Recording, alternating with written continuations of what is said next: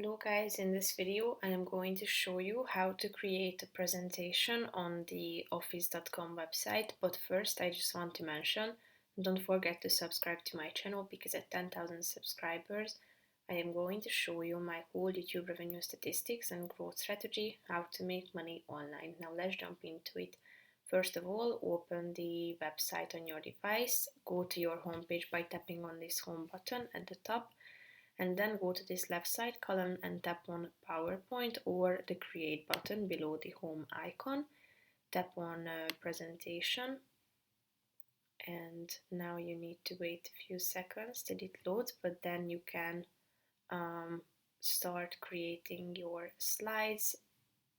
So you should start with the first slide. You can add the title by tapping onto the first box, and then you can add the subtitle, and then you can edit your slides at this section. So that's pretty much it for this video, guys. See you in the next one. Bye bye.